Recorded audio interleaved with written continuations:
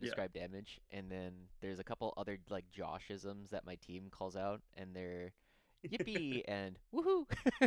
Yeah. Yippee is great. I have a bad habit of saying yippee after I table my opponent, and it's Yeah. not a good. It's my other one I've picked up is I've numbered all of the default Joshi pictures that you have in your thing. So when I was like, oh, it's Joshi number four, I was like, no, that is actually Joshi number four. Joshi number four. See, I do appreciate that. I have to think about that because there's the one, and then there's like the silly Yes. medic one, and then there's what are the other two? You haven't used them in a long time just Okay. because I was scrolling down. Oh, So okay. you got, oh, you know what, you have the mirrored version of yourself as well, right? So Sure, there's sure. that guy. You have the one where you're doing like a peace sign. Oh yeah, Um the really old like after action reports. yeah, Yeah. then you have oh, it might just be three. I might be lying to Oh you. my gosh, I can't believe it. It's over. Yeah, it's over. Yeah. GG. I think that one other one that my friend picked up on that I find really funny because I didn't even this one I didn't realize I was saying was instead of saying okay with like a hard K, I'll oftentimes just go okay with like a almost like a G sound. I see a gay man. Okay. Okay. Oh no. All right, we have to cut the cold open. Oh no. Anyway, Sorry, that was funny to me. Oh oh, you're yeah. good. It's okay. Everybody just has like the cultural like small little things they say. But anyway, welcome back everyone. This is yet another what do we call these? Tactical debriefs. I got Wesley St. Hines, aka Nemo the Fish, coming in with one of the most bizarre lists I've ever seen. And I mean, Wesley, why don't you just let us know what was going through your head? Because I know you're in like the middle of a crazy season of GTs, but this is probably the most unique list I've ever seen win something.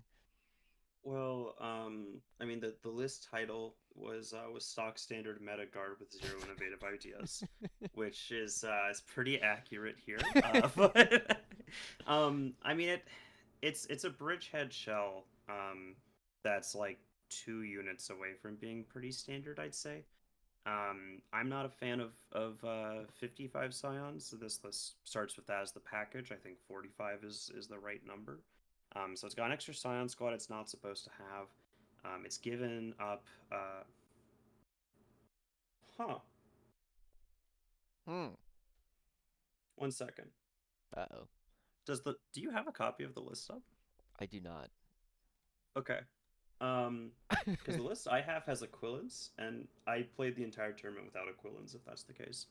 Um, so we'll see. No. We'll see if there's because I was just going to say, it gives up the Aquilon package for some more scions. So, yikes. But we'll keep Oh moving forward. no. Oh no. Um, so there's it's a 55 scion package. Um, which usually I think 45 is ideal because if you want to be using, you don't really want to have to use 6 inch on a 10 mana scion. So usually it's not their goal. Usually their goal is to be frontline chaff clears. And when you have to do that, or backline, screen clears, you usually don't have to need more than one of those. And so usually it has an equivalent package that it gives up to do that. But the other thing is it's way heavier on the frontline aspect of Bridgehead. It gives up what a lot of people usually run, which is engineers, Toroxes, Robodorn commanders, and it's rocking the full 30 Catachan, 20 Kasrkin, and a OBG Catachan command squad unit. Um, the OBG Catachan command squad unit is probably the most non-standard thing besides the last bit, which is the pure MVP of the list, by the way. But the list ends with an Aegis Defense Line, Woo. which is the cool part of the list. Yeah, it is 17 inches long. You get 5 shield pieces, 1 platform piece, and it's a land raider that starts with 6 damage and can't move. Whoa. Right? It's awesome. It's actually freakishly tanky for its cost, to be Yeah. fair, but it can't move. It does block screens.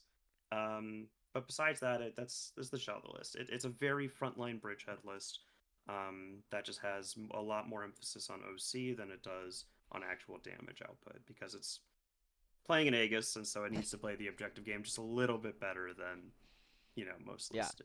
that makes sense. Now, before we start talking about the obvious MVP of the list, I do want to take a little bit of time to talk about the command squad plus the OBG, the Ogryn Bodyguard, because I remember when the Codex was brand new, everybody else saw that the Ogryn Bodyguard suddenly came with a character keyword and was like, this model is dead, right? Everybody was using it beforehand because, again, some of the innovation that you had seen was we're going to put it in a big old Krieg squad. You're going to take wounds on it when you need to in order to make the unit really, really absurdly tanky. But that tech is completely gone. But you're not the only person I've seen starting to talk about the command squad with the Ogryn Bodyguard. You've been talking about it a little bit, and Nassim Fouché has been talking about it. I've heard David Gaylord bring it up, and also it recently appeared on the Art of War stream where John Lennon was playing against Michael Mann, where he was running a couple of these units as well. What makes the command squad and the Ogryn Bodyguard so good? Um, so the biggest issue that Bridgehead has, um, I think right now, is that it really struggles to do any form of like, I want this to be mine. Please don't do anything about it. And what I mean about that, right, is like if you're playing against, Creations of Bile, and if they put 10 possessed on their safe side objective and it's safely screened out of reserves, you're like, yeah, this is mine, right? Um, with the loss of the Marshal and just in general, the Marshal and the OBG not being able to attach to a squad and take wounds, Guard lost a lot of that staying power in Bridgehead. We can't really just put a unit on the center and be like, please give me points. I'm willing to lose like 200 points, but I'm going to get 5 primary, right? We can't do that on our safe side. We can't be like, here's 200 points of models. I'm getting 5 primary anymore. Um, and at the time when it existed, I was still experimenting with that unit, but every time I was like, the Marshal unit's just better. Yeah. It's just better. It has a bigger footprint. It's tankier. The breakpoints are nicer. Um, and I never had hated the bodyguard unit, but I never, ranked it higher. And now that it is the only option um, that fits that role, it does it really well. And not only does it do that role well, it also fits another really big breakpoint that Bridgehead has, which is the other reason I really liked the Marshall brick was because it gave two 24-inch orders, and it allowed me to cheap out on having to play extra Castellan, having to have Gaunt's Ghost go towards things like move, move, move, and plus to save. And having that 2, 3, whatever set of 24-inch orders on units that can't order themselves, they're always going to be used for utility, has been amazing. It's gotten to the point where it's so efficient that I'm starting to cut Gaunt's Ghosts in some of my iterations of lists because I just don't need their orders anymore. Yeah. I So, mean, I played my first 2 games with a similar unit. You're using the Catachan one. I played it with the Acadian one because my list is. I've been really wanting just a little bit more punching power. Like if I want to be able to charge 5 jump back intercessors or something behind a wall, this unit can do that because it has 11 damage to attacks, and like yeah. that's not bad. You can kill most of them. And then the other big thing that I was noticing is it takes a lot of firepower to kill it. I'm sure you have a lot of stories, but in like 2 games it survived both the Redemptor and the Ballista shooting at it, right? I didn't lose either of the characters. He had assassination. I didn't give it up because I rolled an extra 6 on my saves. And then Mm-hmm. when we did, and then I was playing into Tau immediately afterwards, and it survived a Riptide. And Sunforge is not the best unit to be No. shooting at the platoon command squad, but it like both the Riptide and an extra crisis unit also killed like 2 or 3 models, right? Like this unit just takes a lot more firepower than a lot of people expect, and against people that haven't played against it before, they shoot at it, kind of like with that Marshall brick, right? They shoot it and go, wait, it's still there. Exactly. I think without delving into the math too much, if you're like a player hearing this and you're like, how good is this actually? It's just 6 bodies compared to my 10 Catachan, whatever. Um, T3 to T6 in like 90% of cases is going to be your opponent gets -2 to wound. Um, and if we break that into perspective, let's take a random unit that is strength 4, AP 2, and they make, say, 30 attacks. They're going to hit you, if we're talking normal guardsmen, that's 20 hits, like 14 plus wounds, 14 dead guardsmen, they're gone. We talk the OBG unit, 20 hits, like 6, 7 wounds, and then you have a 4-up invuln, fail 3, and take 3 damage. Your OBG's on half health. And then you also have 11 attacks of melee, and you kill half of their squad. It's insane. I have had I am three, no, I am 4 for 4 of a Deathwing Night Squad just full bricking into this unit. Um, yeah, there's been 4 times where the Deathwing Night Squad has killed a guardsman, the commander, and sometimes not killed the OBG. And then we've revived 2 guardsmen back onto the point. We're OC6, and we've still held our primary. Yeah. It's an insane unit. Yeah, that's the other thing. And one of the things that I've been trying to figure out is like how you can take wounds because you don't have to necessarily put them on the guardsman first because you're not attached. You can just put them directly onto the characters. And so sometimes there are spots where it's like, I'm going to lose the 2 kind of less relevant guardsmen. Like sometimes the special weapons they're going to go first, but sometimes you're in melee and you're like, yeah, I'm going to hang on to my power fist and the Ogryn Bodyguard. It's just really, really versatile. But I'm sure I'll be doing a video about this coming up soon, but that's not what the people are here for. I made a comment on Reddit immediately as soon as we saw Meta Mondays, like, please don't go buying the defense lines. They're not that good. I promise Nemo is just having fun. What's the story about how this unit actually got into your list? Well, I wasn't having like fun at all. This is like the best unit you could have. No, it's terrible. So, um, the term that I've been saying a lot in my recent meta is that a lot of people kind of view me as the boogeyman. Which to be fair, I make like little elo documents that everyone goes to my tournaments and I post them so people can be like, hey, just like here's this. And people realize that like on average I'm like 300 ranks ahead of the second place person. And so there's been this issue where it's like a lot of my opponents in recent GTs have been showing up to the table and going, "Oh, it's Wesley, I lose," and it was upsetting me because I had one game where my opponent like 7 times was like, "Oh, this seems like a good play," and then he went, "Oh, but this isn't going to work against you. I shouldn't be this aggressive," and he pulled back. And in my brain, I was like, "You totally should have been aggressive. That would have been awesome here, right? That would have been amazing." Yeah. Um, and so there were 2 reasons, and so I every time I've been going to an RTT, people have been like genuinely asking me not to play guard anymore, and I've been doing that because it's like, and so like my last RTT I played Votan.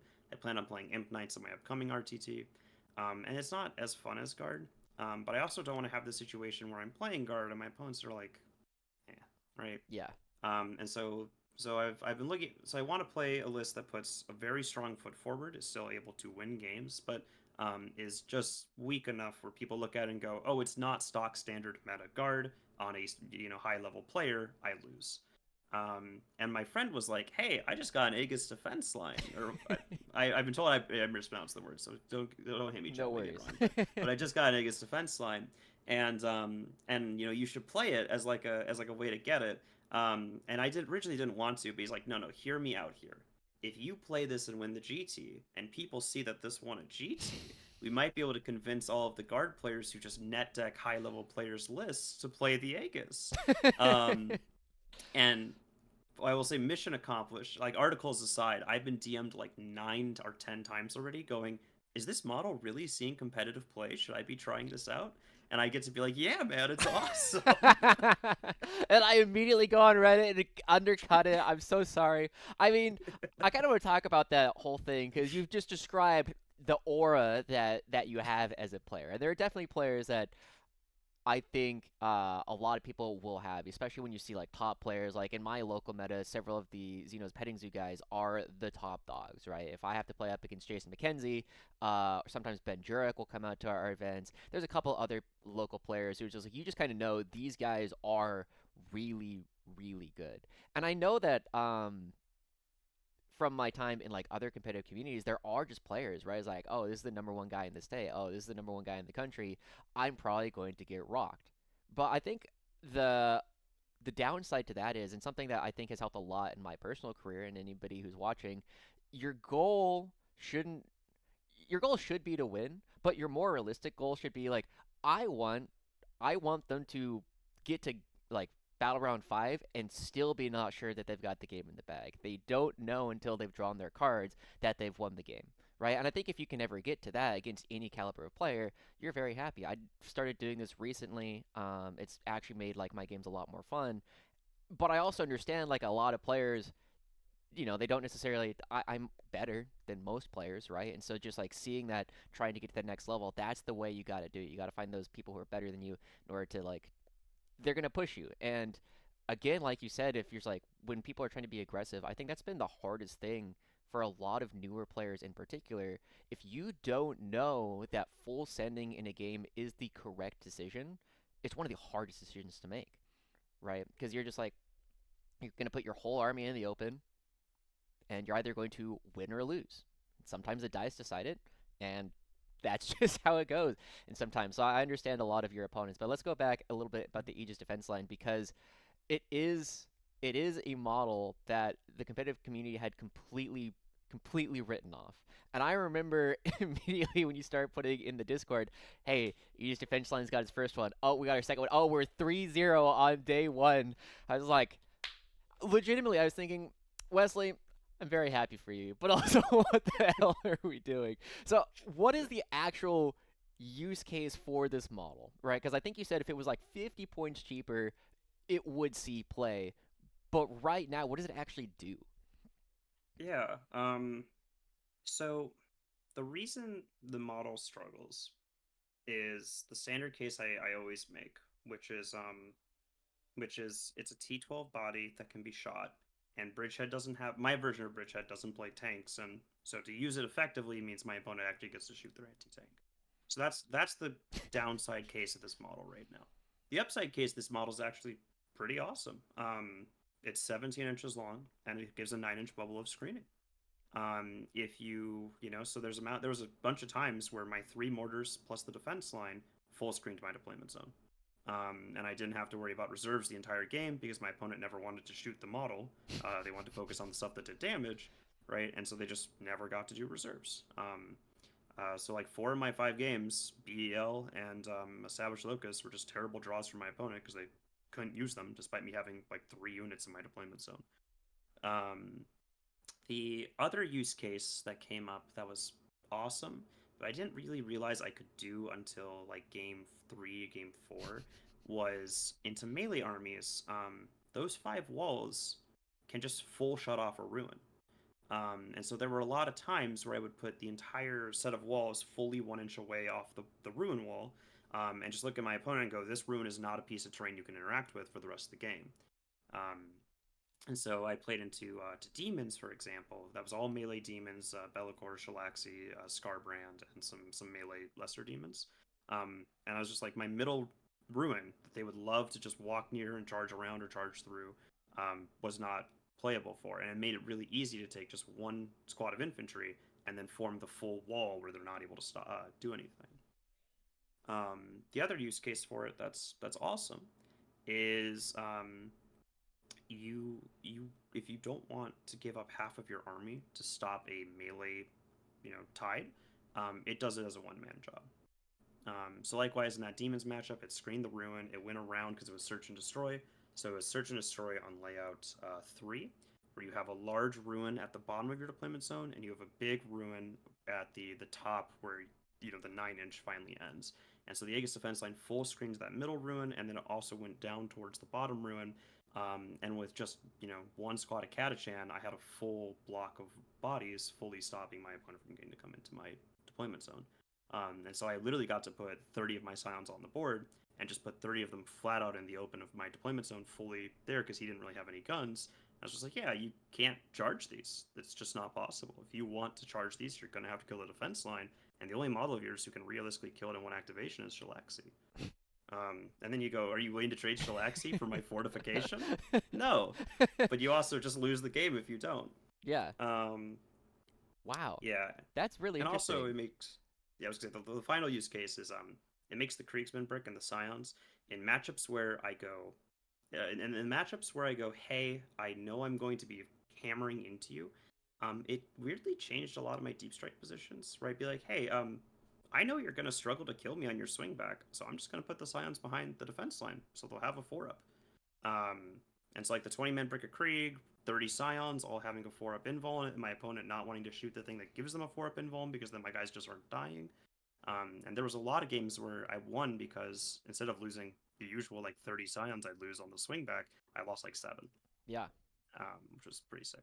Yeah, it's really interesting to me listening to you talk about this because whenever someone reads the defense line's rules, you see it gives you a 4-up invul and counts as like benefit of cover, right? Which is like cool. And that's in my head is like we don't take the psyker for similar reasons, right? It's like the 4-up invul is generally not good enough, but the fact that it's so useful into melee armies, I think, is kind of like a side effect that a lot of people don't necessarily pick up on the first time they read this. So let's go ahead and talk about it because the other thing that I brought up when I asked, like, is this good?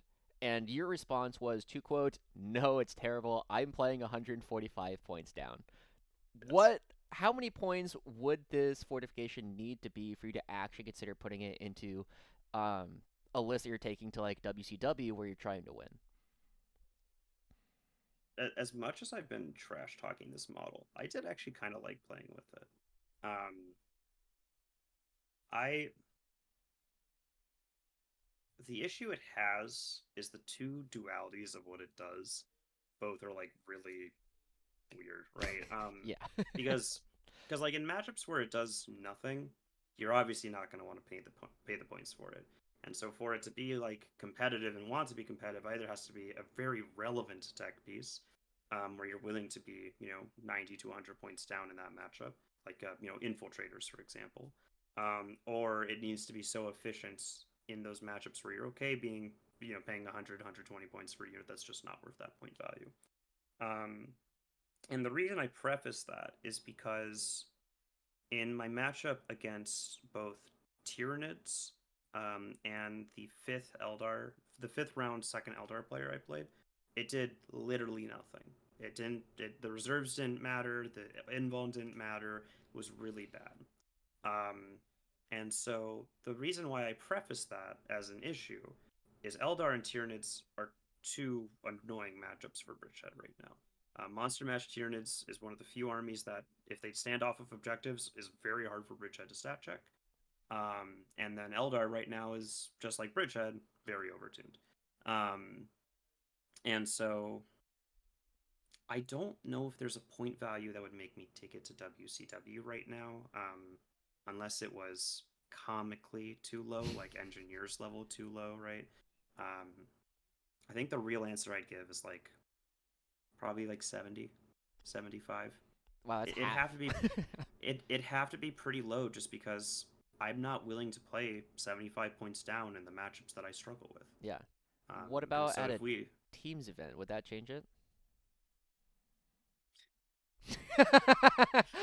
Or you don't have to give up any of your tech if you're trying to hide something.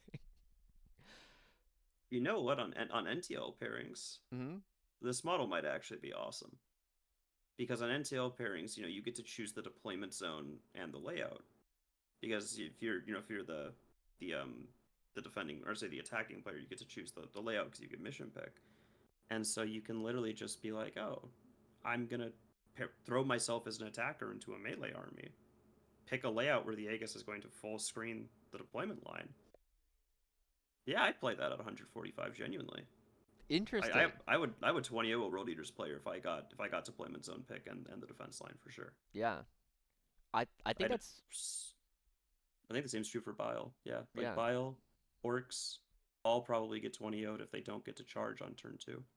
Yeah, Yeah. that's actually really interesting because generally, at least in my experience, some of Bridgehead's tougher matchups are ones that just run at you really hard. And in Yeah. most people aren't at your level, Wesley. But, There, it is one of those things where it's like if you don't know how to deploy properly against that many bodies running at you, the Aegis Defense Line actually stops it. yeah.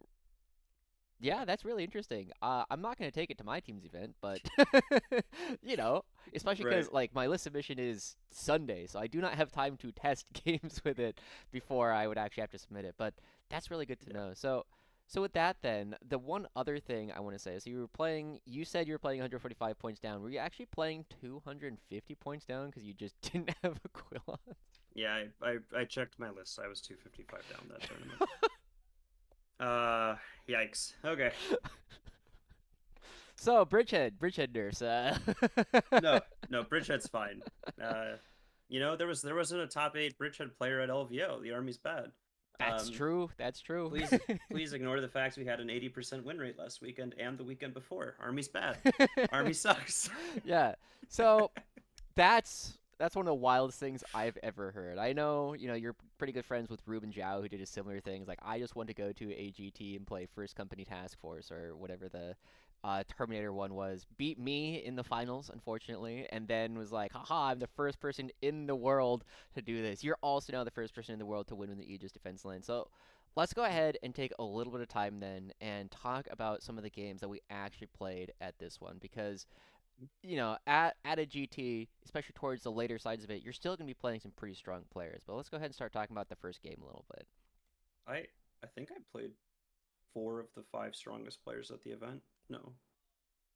Yeah, yeah. In the top 10 elo wise, I played 4 of the 5 or 4 of my matches were there. Round 1 was against James playing Eldar. And like I had never played against him before, but like that thing happened where I look at the list, the players explaining the list, and you immediately get the impression you're like, this guy knows his list, this guy knows his stuff. And he was playing Spirit Conclave or whatever the warlock whatever guy that gets to spend dice for stratagems. And he was running the big old Death Star, a Wraith Lord, and just a lot of MSU units plus Wave Serpents. Um, that game was interesting because he had prefaced that he hadn't played a lot of like competitive recently, just not on the time zone. Um, and he just turn 1 full sends the 400-point Death Star with the Farseer, Warlock, Vibro Cannon, and Guardian Defenders at me. He puts Ghosts down to just a model, kills the Catachan unit fully, and puts a Kasrkin unit down to 2 models. And I remember hitting a point in that game where I go, man, this sucks. I just lost a lot of stuff because I admittedly forgot he could redeploy. Um, and then I end up asking him, I'm like, this unit's awesome. Surely it's only like 200 something points. He's like, no, it's like 400. And my brain goes, oh, let's just kill this. And so we pick up our unit of Scions, the hotshot squad on the table, just full murder the unit. And then we just very, very high up points advantage for the rest of the game. Uh, it's a slightly off topic thing, but that game really sent home a thing that as a player I've been enjoying, which is James clocked out top of 3 in that game. And I had an hour and 15 left on my clock when he had clocked out. And I remember just being like, I remember telling him the equivalent of like, hey, dude, I just need to eat lunch. I'm totally down to keep playing the game if you want to. Because I was like, I only need like 30 minutes to actually play my turn. And as we go on, he's like, no, you're going to get your 100, but I'd like to play the game out as well. And so we finished playing the game out.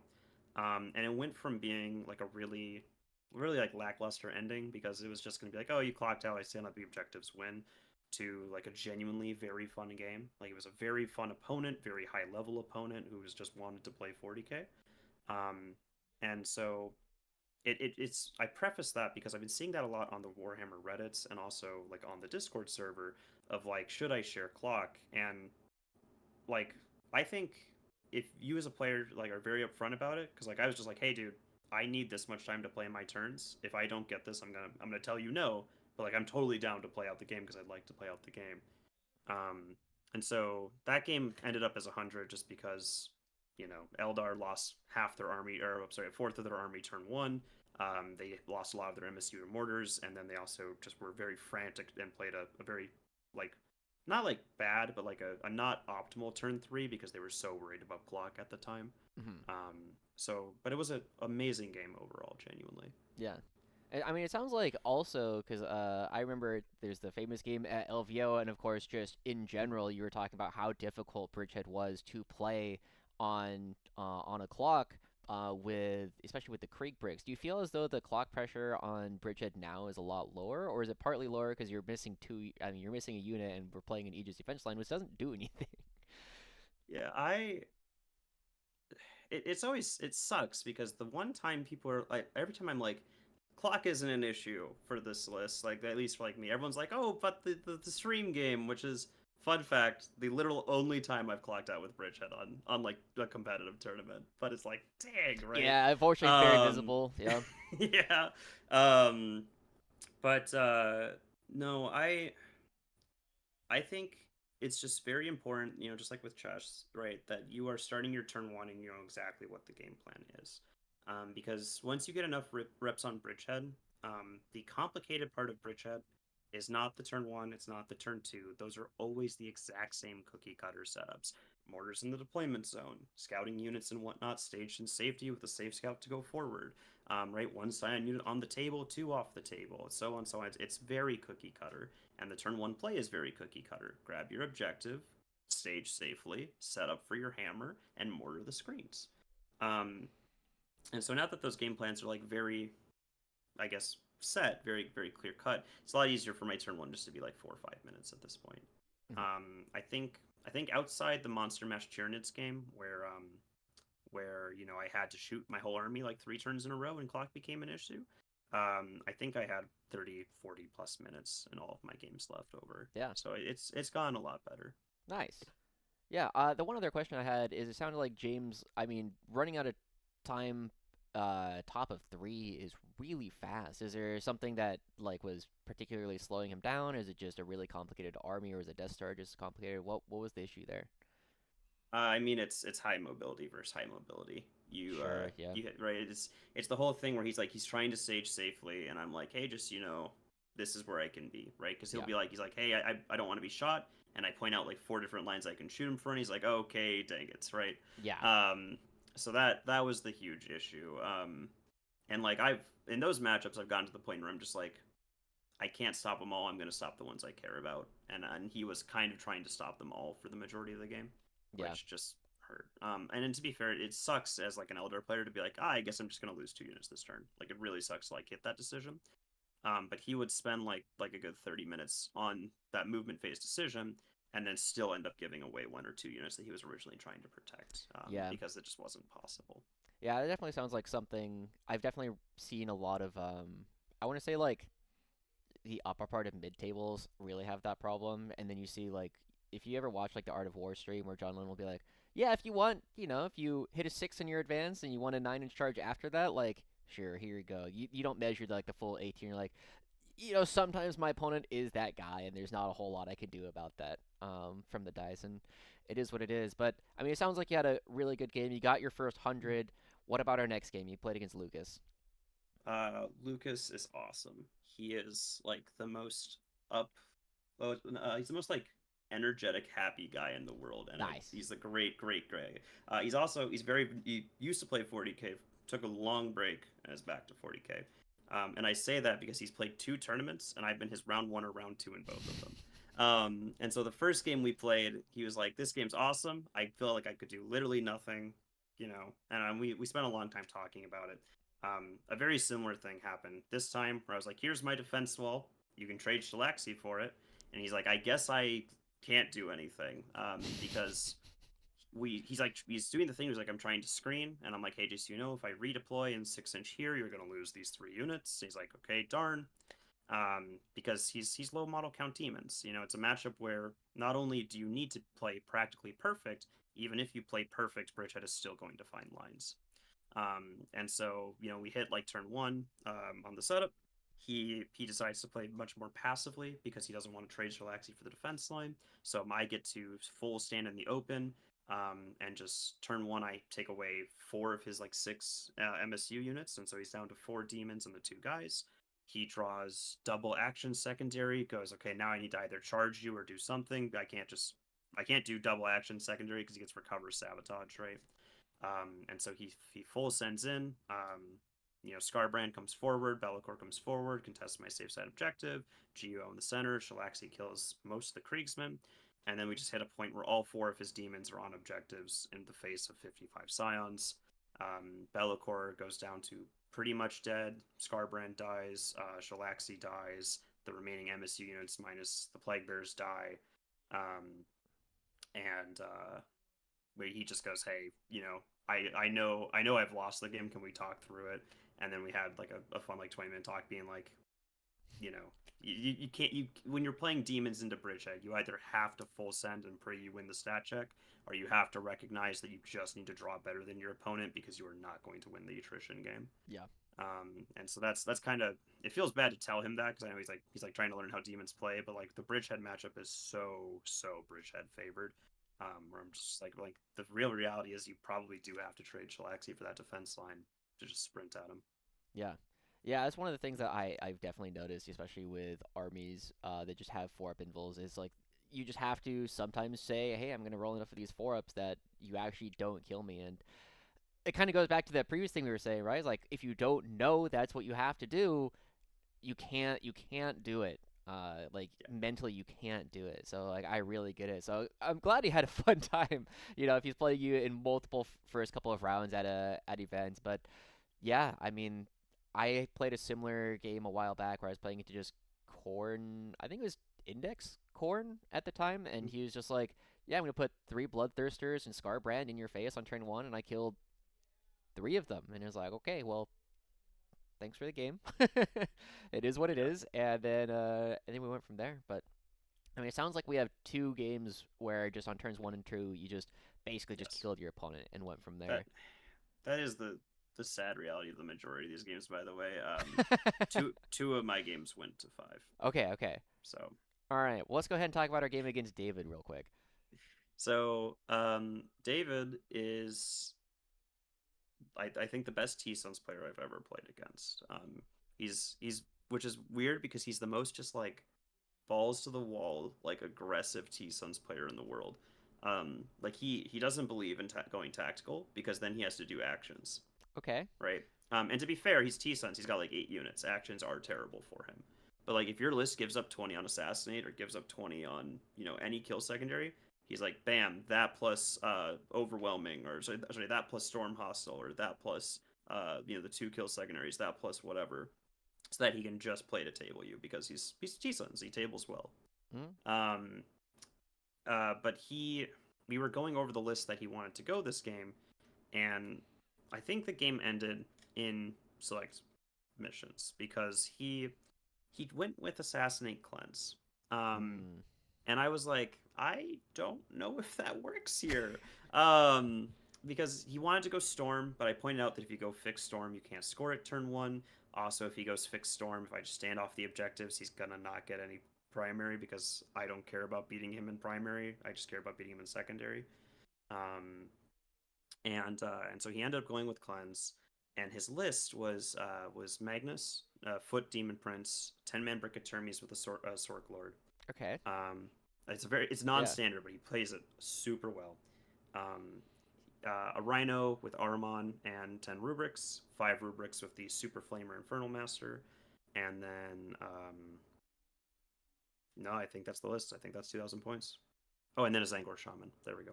Wow. Um, That is not a standard T-Sens list. I don't think I've ever no, heard of someone playing 10 Scarabs. which is funny because for the last like 2 or 3 weeks, he's been the only T Suns player to podium at a GT, and he's playing Terminators. So I don't think they're bad. I Yeah. think he knows what he's doing. Um, I think for teams they're horrible, and people only really play T Suns in teams right now. Um, but yeah, so the issue he has is once I realized that, I take a really not great trade. I do a lot of things like trading Scions for Zangors, trading Scions for Cultists, and then also putting Scions in his face to kill most of the Terminator squad. And so we get to a board state into like turn 2 where I go, I'm willing to get practically tabled because you can't score your secondary. If Magnus is cleansing, if your Demon Prince is cleansing, I've won. Um, and so I trade up almost all of my Scions to put him down to Magnus, a Footprints, and 3 Terminators. And, he's like, okay, well, now I need to, do stuff, but I can't do Cleanse anymore. And the rest of my army is able to do things like get Terraforms off and just consistently score my own secondaries. By the way, we run Terraform this mission. Um, and it leads to a spot where the game ends. He has 800 points on the table still. I'm almost full tabled, but he's lost by like 45 points or something. Yeah. He ends up getting a secret mission to make the gap only like 35 or something, but it just came down to that. Wow. This was the first game where the defense line did nothing, and made me very sad. Just because I can't put the defense line in the open against Magnus, because why? And he doesn't care about charging, so it doesn't do anything there. So Yeah. it was the first game where I was like, darn, guess it does nothing. Yeah. Yeah, it'd also be really good if you could just like put it in no man's land, but you still have to put it in your own DZ. That's yeah, it's a really interesting way of thinking about Bridgehead, right? Whenever you come across fixed secondaries, I think a lot of people, myself included, have kind of forgotten how to play against fixed secondaries simply because you don't see them hardly ever.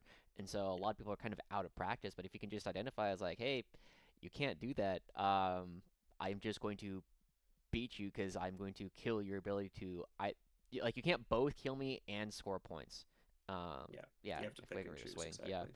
yeah. So that's really interesting, but cool to hear that there are still alternate T-Sons builds out there because I think in general when I play up against T-Sons, I ask, okay, how many MVBs do you have? Two. Okay, are you playing Forge Fiends? No. Okay, I know the rest of your list, right? Yeah. But whenever you hit someone with something like that, you can play very differently. So it's kind of cool to hear that they are having some success with that. Um, so what did you end up doing with the defense line? Did you just like hide it behind a wall? Just screened a rune wall, yeah, All right, exactly. sure. I was like, if the Kriegsmen get to sit behind it, they'll get their 4-up invuln, but like, because in my mind at the time, I was like, oh, they'll sit behind it, get a 4-up invuln, and get some shooting, and then try Hmm. and swing out onto an objective and steal it from him in the mid game, and that's probably the best use for that unit. Because he doesn't have redeploys for me to screen, he doesn't have any reserves, right? He cleared everything on the table, and so I'm like, there's just nothing for this unit to do this game. Yeah. Any thoughts to it just being like a bait piece? With retrospect, just being like, well, if you're doom bolting this and you're putting Magnus into this, that means you're not putting it into something else. I Yes, but like David was very aware the model did nothing into him. It didn't block charges because he flies, right? He just goes right over it. It didn't stop screens. It didn't do anything for him. He knew it couldn't do actions or like score any secondaries, right? So he's like, it does literally nothing. And so in his mind, I think the only thing that would have been bad for me to do is have it be a bait piece because it just creates a world where he can do things like slingshot into it to get an easier charge. Um, and so that's just what I was worried about. Fair enough. Well, that's what happens sometimes when you're playing weird models. But I mean, 3-0 day one, you only drop 5 points so far on the first day, and then we go into the second day, we're playing up against John. Um, this is my favorite game of the GT by far.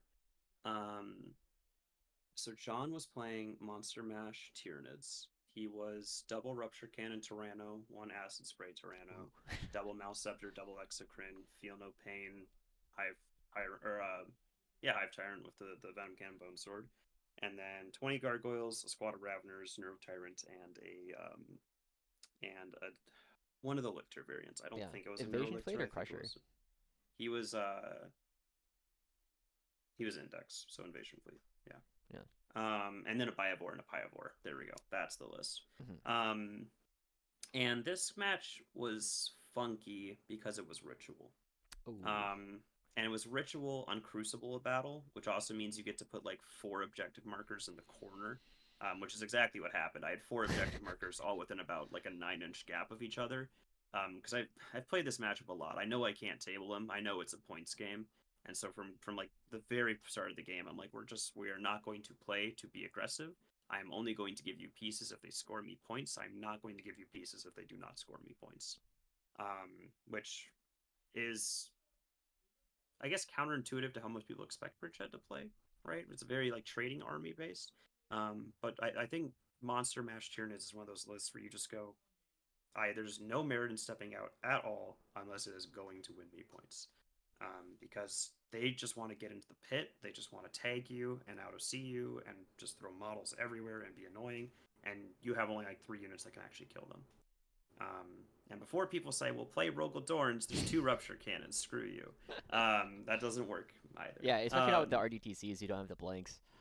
Yes. Yeah. Um, I There was a lot of really cheeky things we got to do this game that probably fall in the category of like might be a little complicated to talk about. There was a lot of pile and consolidate swingings to steal objectives. A Mm-hmm. lot of being like, hey, I'm going to intentionally walk my models in a diagonal away from you so that when I charge you, they can swing out onto an objective.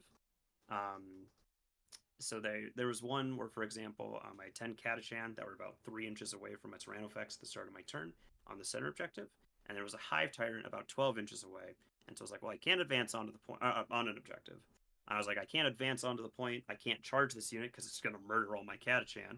And so what I did is for example, moved the Catachan in a diagonal line away, then made my charge, swung them onto the objective without piling in or consolidating into the Hive Tyrant to steal the objective. So there was a lot of stuff like that to score points. Hmm. Um, the reason why I was so happy with this match though, this is less like a guard thing, more just like a John shout out. But John started the game with like the mentality of like, I know you're really good at the game, right? And he's like, I'm gonna give it my best, and he did give it his best, and he played like an extremely high level game of 40k. Like that game against John, I think is one of the highest level games of 40k I've played in like 2-3 months. It was a very very good game. Um, but the sad reality of Monster Mash Tyranids into Bridgehead on Ritual is it really just comes down to who can deny primary more times. And I was able to deny primary. I held him to a 0. I held him to a 5 turns 2 and 3. Wow. Yeah. Like five total, not 5 each turn. Wow. So at the end of the game, when I get 2 15s, that's enough to seal the deal. And I ended up also having better secondary draws, so yeah, it swung the game in my favor. Yeah. The biggest guard play, if you're like, what's something cool you can do to be annoying that happened in this game though, is he turn one, I get area denial and locus, I believe. And so I walk my Catachan command squad out onto the center to do those things, and I put them in a world where one guy's on the point so that if he dies, I can revive back onto the point, and the rest of the guys, minus the Ogryn Bodyguard and one guardsman, are sitting out behind a ruin wall. And so he draws overwhelming force and no prisoners. And we go, okay, you need to kill the whole unit to score your overwhelming force because the OBG isn't on the objective, and you need to kill the whole unit to score no prisoners. And so he lines up a good 4 monsters to shoot them. And I'm very transparent about going into this, where I go, hey, just so you know, you can only see 2 models. If the 2 models die, you're not going to be able to see me. And I further elaborate that invulnerable saves are optional. And the reason why I mention this is because he goes to shoot his Malceptor, and he puts 4 wounds on the squad. And I immediately go, okay, Ogryn Bodyguard's going to take armor saves, immediately dies, kills the guardsman, pulls out of line of sight, and so he doesn't score either of his cards. Wow. And before people get mad at me, I told him I could do that, but I did that, and it led to a world where that unit should have completely died because the Ogryn Bodyguard should have gone to like 3 wounds, and then the acid spray shoots into the unit, full kills the unit, and they're gone. But Yeah. it's a cool interaction you can do with the unit. Yeah, that's really interesting because I've definitely talked. I've have there's people on Reddit who I will not name drop who I do not like talking to because they're like, there's only one way to play 40k and it is all MSU guys. And if anybody pays attention to the guards Reddit, you probably can figure out who that is. But anyway, yeah, there's a lot of cool things you can do by taking wounds in certain orders, especially with access to those revives. I think there's probably, you mentioned like a lot of interesting like moving away in order to get weird charges off. There's probably an entire video that we could do just about that, but it's also like so every single time it feels so like this situation specifically, this is how you want to move. And so I've always found it Mm-hmm. really hard to generalize. Is there any general tips about how to think about those kind of charges? The easiest one is the easiest one to think of is that hive tyrant situation. And you can generalize that as, can I walk onto an objective to auto C? If no, let's start thinking about ways we can fix this. The biggest one is charging, right? Or advancing. And if we go, hey, is an advance roll of 6 enough to get me on there? If no, then for sure it's charging at this point, right? Um, and so all you go is my movement plus 6 inches of piling and consolidating plus 2d6 reasonable for me to get onto an objective? And so all I mean by that is, if after I move, I'm going to be, say, 10 inches away from the objective, I'm going to be able to move 6 towards it. So is a 4-inch charge something I'm willing to take? Yeah. So all you do is you just make sure that you are moving your model in a. You have to pre-measure all of this, by the way. It's full pre-measuring, but you're going to take, if you have spare bases, it's really nice. You go, just counterthink it. If this is worth 5 points to you, by the way, this is worth spending 2 to 3 minutes on.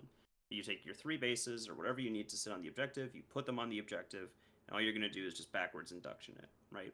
You go, hey, if this is the model I'm charging, if I need to be here, that means on the consolidate I have to be 0.1 away from it, right? So I'm at 4.8, I'm going to be 4.9, and go back 3 inches. And then, hey, if I can pile in, same thing. Now I'm going to be 5.0 away and 3 inches further back. And then you ask yourself, okay, so here's where I need to be on the charge. Can I be here on the charge? This is one of these things where I'd love to like have a diagram. Yeah, I was the one, absolutely. if I was Yeah. the one screen sharing, I get out my MS Paint and be like, here we go. But I know I don't have the time to do that. Otherwise, I'd be like, Yeah, here we go. we could do a whole video about it another time. Exactly. But yeah. But the big thing is backwards induction. Start Yeah. with where you need to be and go, okay, where do I have to be at the start of my charge to make that happen? And where do I have to go at the end of my charge to make that happen? Yeah. And it's a lot easier to be like, rather than be like, how does the 17-inch swing play work? What in the world am I going to do? To, okay, just I need to roll at least a 5 and stand there. And then I have my primary stopped. Yeah. Yeah, and there's a lot of weird interactions. I feel like I look up the consolidate rules a lot because there's just like, oh, you can do this, but you must do that. So you have to have a pretty good understanding of that. Or But I'm 3.7 away for you, so I'm going to move 3 closer, so I'm 3.6 away, but within 3.5 of this other model, so yeah, now I can consolidate towards that guy. That's the other big one, yeah. yeah, it's a lot. That's a lot of fun stuff. A lot of interesting rules to know about. But that is what it is. Maybe we'll make a video about that at some point. But with that, I mean that's the 4th win for the Aegis Defense Line and the absent Aquilons, and then we end up having our finals here up against Ben. And this one does not look close. This game was actually super close, and the score does it no justice. Okay, because the score that he submitted to us, he had 25 points.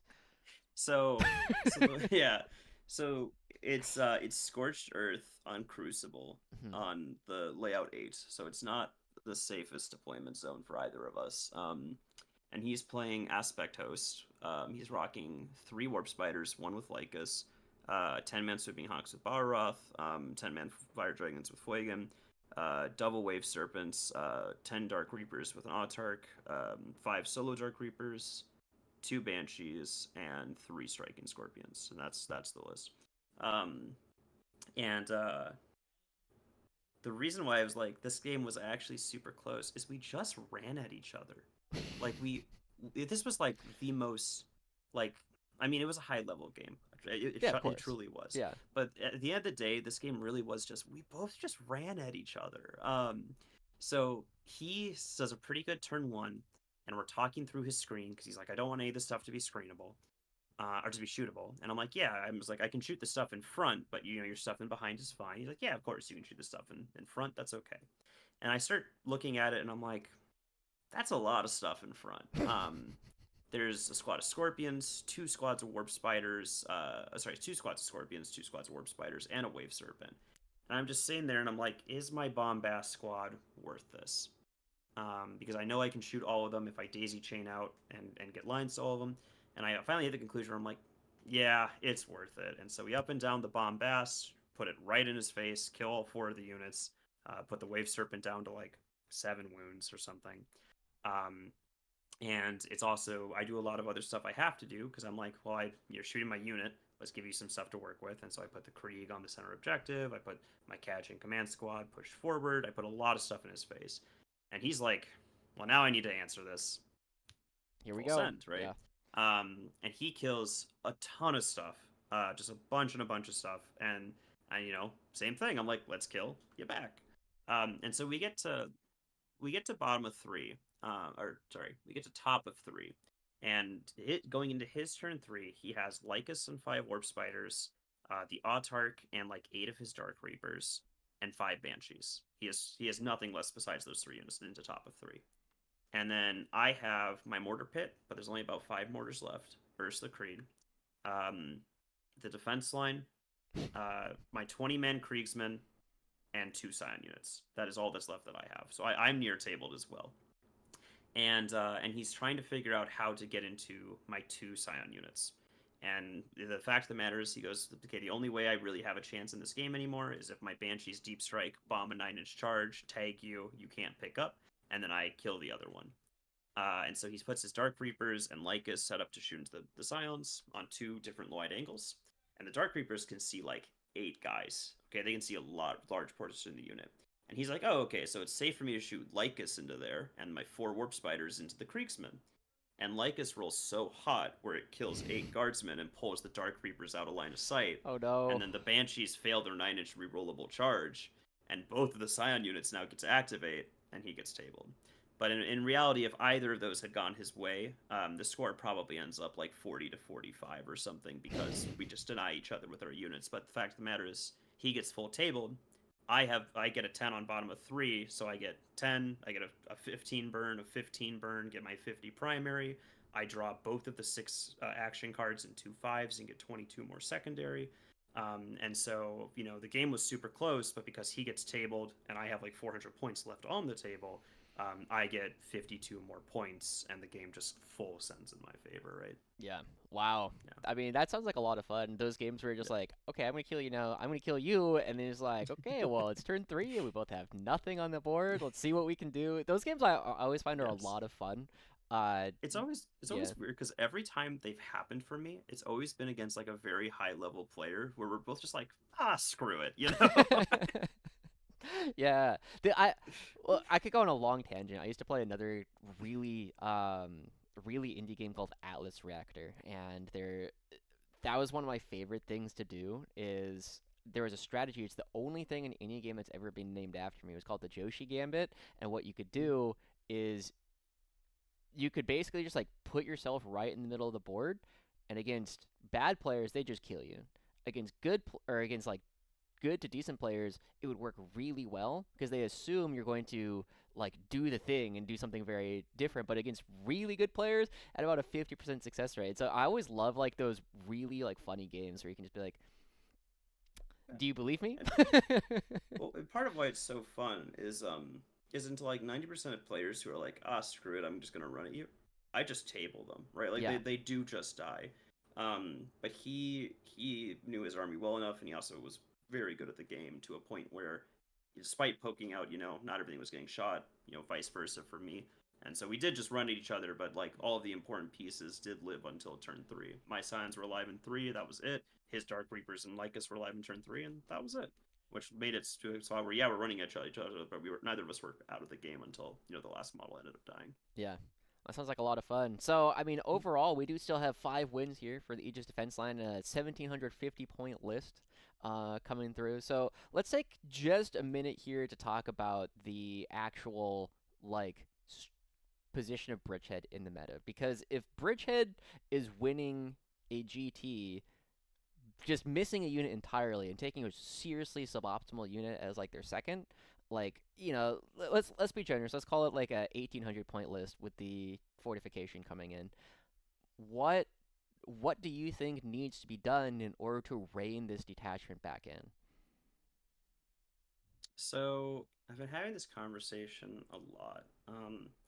It's so weird because the way people are currently playing Bridgehead to account for clock and also to like have more anti-tank, that version of Bridgehead probably doesn't need to be touched super hard, right? You're talking about with the double Um, Dorn?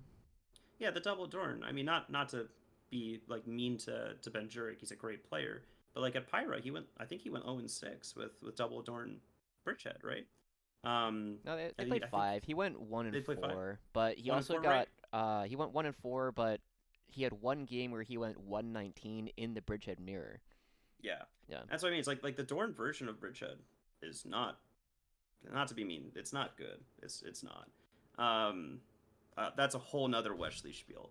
But the the thing with Bridgehead right now is the way that people want to nerf it, I think, is bad. And the people that want to nerf it is they want to get rid of wound rules in some way, or the +1 to wound, right?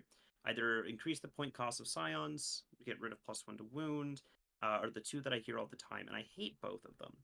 I hate the point cost increase of Scions because although it's a fix, it's a huge nerf for a bunch of detachments that are already not performing super well. Index wants to play one Scion brick. Recon is playing a few. The Siege Regiment's playing a few, right? And all of those are pieces that those detachments need to be okay at, say in the 50% ballpark. And those getting nerfed sucks. And I also hate +1 to wound because it completely kills the flavor of the detachment. And right, the current army rule is reroll ones of your infantry, +1 to wound if you're deep strike. And so how do you play the list? You play deep striking infantry, right? Which means you play scions. But if scions go up and +1 to wound gets removed, well, there's now zero reason to consider scions over any of our other infantry besides if you need a deep strike piece, right? You're going to play Kasrkin. You're going to play. You might see more ratlings. You're going to see more foot infantry, and then you probably go back to tanks. And at that point, it's not Bridgehead Strike, your first drop, Alpha Strike defenders. It's just some guardsmen with some tanks, right? We're back to combined. Yeah. And so I think the answer that I had that I told a lot of people is I think removing reroll ones to hit is a nerf that the army needs. Because losing reroll ones to hit, in essence, when you're a 2-up ballistic skill army, is about a 17% miss rate. So it's about closer to 14%. And so if you take that army and go, hey, you are now going to miss 14% more shots, that's huge. I think that's enough to nerf the army because the mortars stop being able to reliably kill 20 cultists by turn 3. The Kasrkin stop being a reliable trade piece, and the Scions are now going from like 20, 25 wounds on their lasgun plasma spam volleys to, like 17. And that is big because that's enough of a breakpoint where a 4-up save vehicle is no longer dying, right? Like a 3-up save on going to a 4 or 2-up with Yeah. AP2 no cover. Those vehicles are no longer dying to lasgun fire. Yeah. Which is the craziest part about this attachment with +1 to wound rerolls, hit rerolls of 1, the full shebang. There was like 3 times that tournament where my hot shot volley gun squad of Scions that has 0 meltaguns in it was one-tapping Tyrannofexes, Land Raiders, XYZ, just murdering them. Because turns out AP2, no cover, with full wound rerolls of +1 to wound, kills God. Yeah, So, it's a lot of damage. I actually I know I've heard this spiel before. I don't know if it's like made it to the greater YouTube sphere, but I actually really like that because I think one of the things that I have expressed before is I think it's okay for Scions to be broken in the Scion detachment, right? Because at the end of the day, I think the most aggressive number of Scions, I think like you have to take your 310s in the command squads. That's always going to be in a bridgehead, and if it's not, it's because like Bridgehead is really weird. Um, and then every now and then you'll see like 2 more units of 10, put in like Toroxes or Torox Primes or something like that, or sometimes just in Deep Strike, and all of those are like after the 3 units, they're just fine, right? Like they trade about what their points are worth, and I think the big issue, like you said, it becomes the fact that the rest of our infantry is too good, right? Kasrkin are too good with reroll ones. Engineers are too good with reroll ones. Mortars are too good with reroll ones. Krieg, everything else. Like, it just turns all of our pieces that are like, these are decent to, wow, they just do whatever they want. So it's a I think if you nerf 97% that, hit rate. yeah, Yeah. yeah, it becomes really, really good with everything else. So I think that's a fairly straightforward solution that I think leaves the elegance in in the Yeah. detachment, which I think is Because really good. Because the other fact of the matter too is the high level bridgehead players are what people are looking at. To be fair, right? You're Yeah, looking at the data and you look at things where like myself and like Nas have like 90% win rates on this army, but that's obviously absurd. That it means the army needs to be toned down. But also the fact of the matter too is, um, high level players consistently have like 30% higher win rates than the average player on their army, right? Like the top ranked Space Marine player is like an 80% win rate. Marines don't have a that high of win rate. Um, and so I know a lot of people are looking to get the army gutted, but the true fact of the matter is the majority of people who are seeing success on Bridgehead are very good players, right? Like everyone who won a GT with Bridgehead in like the last like 3 weeks, I know who they are and have talked to them, right? Like, so yes, the detachment's doing great, but also keep in mind that the people doing Grandless Detachment are also like the best players Yeah. to look at. It's also part of And why so it Combined doesn't. has a really bad win rate right now is because all the good guard players have not been playing Combined for the past like Yeah. month and a half. And that's to say that like yes, the detachment needs to be hit, but it doesn't need to be gutted like people think it does need to be gutted. I think just because an amazing player taking the time to get amazing on an amazing army should have a high win rate. That is just how the game is, right? You don't look at Innis with his Bloodless Angels and be like, whoa, he had an 80% win rate at LGT. Nerf the army, right? Yeah, a No, little it's bit. just I mean, nerf Yeah. the interaction if you want, but the fact of the matter is, I guarantee if you put like a 3-3 player on his list, they wouldn't go much higher than 3-3, right? Yeah.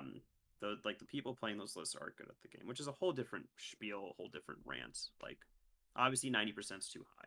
Yeah. But Yeah. No, I get that. I get that a lot. It's always really hard to like balance things for the best players of any game, right? Like what you play at the top of the game is not what you play in the middle of the game. It's not what you play in your casual kitchen table most of the time, right? You just got to you got to understand that. And I think there's a longer spiel about like trying to support more narrative play from Games Workshop. I think they've kind of left it in the dust, which is unfortunate in its own right, but it is it is a very different thing. But with that, Wesley, we're a little bit past the hour of what we were expecting to go. Do you have any closing thoughts before we let you go? You've been on, I think you're now tied with David Purcell as the most common guest on this channel. I think I've been on 4 times. We did the Bridgehead First, one roundtable. Yeah, this will be number 4. number 4, yeah. Mm-hmm. The big takeaway is that all of the jokes about the Aegis being bad in this talk were wrong. That was the true meme, and that we both genuinely think with full sincerity that the defense line is a meta you pick to have in your list. And then next time we'll be moving on to 2 Valkyries, so we can disprove Bridgehead's write-up Schoonhammer article about your opponent being able to remove Valkyries for you, because that model's also awesome. I'm looking forward to it. If you get another win, I told you if you got like a 7-up win, but then Reddit was like, no, we got to get this on in the first place. So if you get a win at one of these upcoming GTs, the 2 Valkyries, 2 of your Pelicans, we'll go ahead and look to get you on another time. But I'm going to submit the list tonight if you're serious. if you win a GT with the 2 Valkyries, we're going to fucking do it. All right. Let's go. Well, with that, everyone, thank you so much for coming on once again to another Tactical Debrief. I've been Josh Howard. This has been Wesley St. Hines, and we'll see you guys all next time. Awesome.